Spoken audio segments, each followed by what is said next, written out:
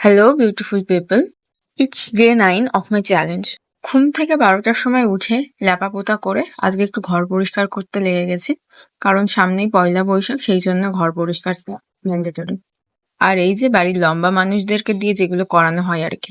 আজ লাঞ্চটা পুরোটাই নিরামিষ, কারণ কালকে নীল। লাঞ্চে ছিল ডাল, আলু সেদ্ধ, বেগুন ভাজা, আর মা কয়েকটা ভাজা করেছিল। লাঞ্চের পর কয়েকটা আঙুর ফল খেয়ে নিলাম।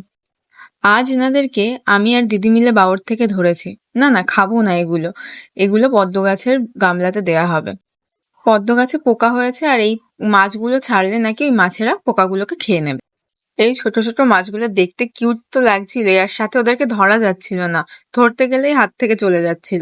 তোমাদের কাদের কাদের বাড়িতে পদ্ম গাছ আছে জানিও। সন্ধ্যার দিকে সবাই মিলে একটু তরমুজ খেয়ে নিলাম। এটাকে সন্ধ্যা স্ন্যাক্স বলতে পারো। তারপর আজকের চাটা আমিই বানিয়েছিলাম। সবাই মিলে গল্প করতে করতে চা টা খেয়ে আজকের ডিনারটা একটু তাড়াতাড়ি সেরে নিয়েছিলাম। কাল যেহেতু নীল, তো রাতেও নিরামিষ ডিনারই করলাম।